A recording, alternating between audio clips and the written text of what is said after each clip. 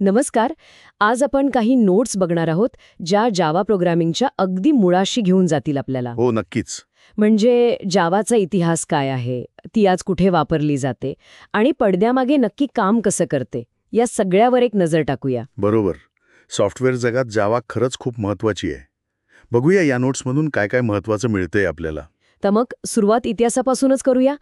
नोट्समध्ये लिहिलंय की 1995 मध्ये जेम्स गॉसलिंग यांनी सुरुवात केली. पण सुरुवातीला नाव वेगळं होतं ना, काहीतरी ओक किंवा ग्रीन टॉक असं. अगदी बरोबर. ओक असं नाव होतं सुरुवातीला. आणि गंमत म्हणजे त्याचा विचार तेव्हा digital media, set top box अशा गोष्टींसाठी होता. अच्छा, म्हणजे आजच्यासारखं वेब किंवा मोठ्या सिस्टमसाठी नाही. नाही, तेव्हा नाही. तेव्हापासून अर्थात खूप मोठा पल्ला गाठलाय या भाषेने. आणि आज तर जावा अक्षरशः सगळीकडे आहे. डेस्कटॉप ॲप्स, मोठ्या एंटरप्राइज सिस्टम्स, अँड्रॉइड ॲप्समध्ये पण आहेच. आणि टेस्टिंगमध्ये सुद्धा नोट्समध्ये स्प्रिंग, सेलेनियमचा उल्लेख आहे. हो हो. पण या वेगवेगळ्या आवृत्त्या आहेत, J2SE, J2EE, J2ME, ह्यांचं काय लॉजिक आहे? बरं, त्या काय आहेत ना, गरजेनुसार बनवल्या गेल्या. J2SE म्हणजे स्टँडर्ड एडिशन, ही सामान्य वापरासाठी, डेस्कटॉप ॲप्स वगैरे. ओके. J2EE, जी आता जाकार्ता EE म्हणून ओळखली जाते, ती आहे मोठ्या कॉर्पोरेट लेव्हल ॲप्लिकेशनसाठी, म्हणजे एंटरप्राइज एडिशन. स्प्रिंगसारखे फ्रेमवर्क्स इथे वापरले जातात. आणि J2ME, मायक्रो एडिशन, ती मोबाईल किंवा लहान उपकरणांसाठी होती. आता अँड्रॉइडमुळे तिचं महत्त्व थोडं कमी झालंय. समजलं. गरजेनुसार वेगवेगळी रूपं. अगदी. ओके. मग आता समजा मला एक साधा जावा प्रोग्राम लिहायचा आहे. तर त्याची प्रोसेस काय असते?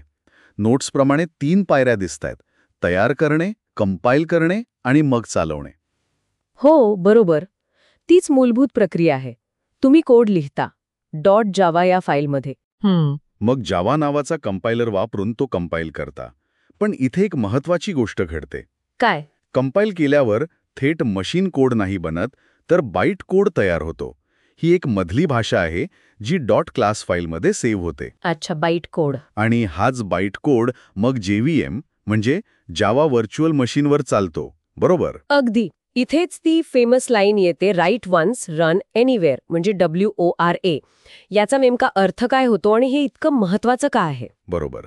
WRA म्हणजे तुम्ही एकदा कोड लिहिला, कंपाईल करून बाईट कोड बनवला की तो जगातल्या कोणत्याही कम्प्युटरवर चालतो. कुठेही? हो, फक्त एक अट आहे, त्या कम्प्युटरवर JVM इन्स्टॉल केलेला असावा लागतो. ओके. हे त्या काळात खूपच भारी होतं. कारण विचार करा, C++ सारख्या भाषांमध्ये कसं होतं, प्रत्येक वेगळ्या ऑपरेटिंग सिस्टमसाठी, वेगळ्या हार्डवेअरसाठी कोड परत कंपाईल करावा लागायचा. हो ना, खूप किचकट. अगदी. जावामुळे डेव्हलपरचा किती वेळ आणि पैसा वाचला असेल, एकाच कोडने सगळीकडे चालतं म्हटल्यावर. हे खरंच खूपच प्रभावी आहे. पण एक प्रश्न आहे, यामुळे स्पीडवर परिणाम होतो का? म्हणजे नेटिव्ह कोडपेक्षा हे स्लो असतं का? चांगला प्रश्न आहे. अगदी सुरुवातीच्या काळात हो, थोडा फरक होता, कारण JVM इंटरप्रिटर सारखं काम करायचं. पण आता तसं नाहीये. आता JIT म्हणजे जस्ट इन टाइम कंपायलेशन वापरलं जातं. JVM काय करतं, रन करतानाच त्या बाईट कोडला मशीनच्या मूळ कोडमध्ये रूपांतरित करतं. त्यामुळे आता परफॉर्मन्स खूप सुधारला आहे. अच्छा, म्हणजे प्लॅटफॉर्म इंडिपेंडन्स पण मिळालं आणि स्पीडचा जास्त प्रॉब्लेम पण नाही. बरोबर. बेस्ट ऑफ बोथ वर्ल्ड्स म्हणायला हरकत नाही. ओके. आपण JVM बद्दल बोललो, पण मग JDK आणि JRE हे शब्द पण सतत ऐकू येत आहेत. या तिघांमध्ये काय संबंध आहे? काय फरक आहे? हो, हे तिन्ही महत्वाचे आहेत.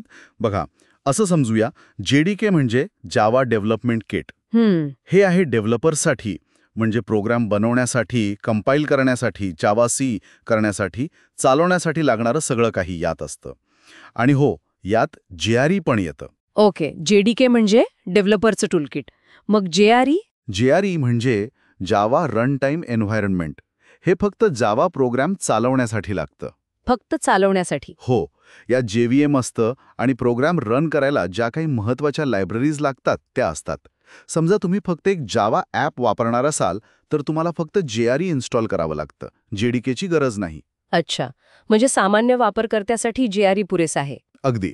आणि मग शेवटी JVM, जावा व्हर्च्युअल मशीन. JVM हे या दोघांच्याही आतलं इंजिन आहे. ही एक व्हर्च्युअल मशीन आहे, जी प्रत्यक्षात तो बाईट कोड समजून घेते आणि तुमच्या कम्प्युटरवर चालवते. ओके. मेमरी कशी वापरायची, सिक्युरिटी कशी ठेवायची, हे सगळं JVM बघतं. ती एक प्रकारे सॉफ्टवेअरमधली कम्प्युटर मशीन आहे जी जावा कोडसाठी बनवली आहे. वा, म्हणजे डेव्हलपरसाठी JDK, वापरणाऱ्यासाठी JRE आणि दोन्हींच्या आतलं खरं काम करणारे इंजिन म्हणजे JVM. आता एकदम स्पष्ट झालं. बरोबर. याच रचनेमुळे जावा इतकी लवचिक आणि सगळीकडे वापरली जाते. तर आजच्या चर्चेतून महत्त्वाचे मुद्दे काय निघाले? जावा ही खूप अष्टपैलू भाषा आहे. तिचा राईट वन्स रन एनिवेअर फंडा बाईट कोड आणि JVM मुळे चालतो, ज्यामुळे ती प्लॅटफॉर्म स्वतंत्र झाली. आणि डेव्हलपमेंट करायची असेल तर JDK लागतं, पण फक्त प्रोग्राम चालवायचा असेल तर JRE पुरेसा आहे, ज्यात JVM असतंच. अगदी बरोबर. आणि जाता जाता एक विचार सोडून जातो. हां. जावा आली 1995 मध्ये. आज इतकी वर्ष झाली, तंत्रज्ञान किती बदललं, तरीही जावा अजूनही डेव्हलपमेंटमध्ये, मोठ्या सिस्टम्समध्ये इतकी महत्वाची का आहे? इतकी जुनी असूनही ती अजून कशी टिकून आहे? इंटरेस्टिंग प्रश्न आहे. हो ना? तिच्या डिझाईनमध्ये असं काय खास आहे की ती आजही रेलिव्हंट आहे? यावर विचार करायला नक्कीच जागा आहे.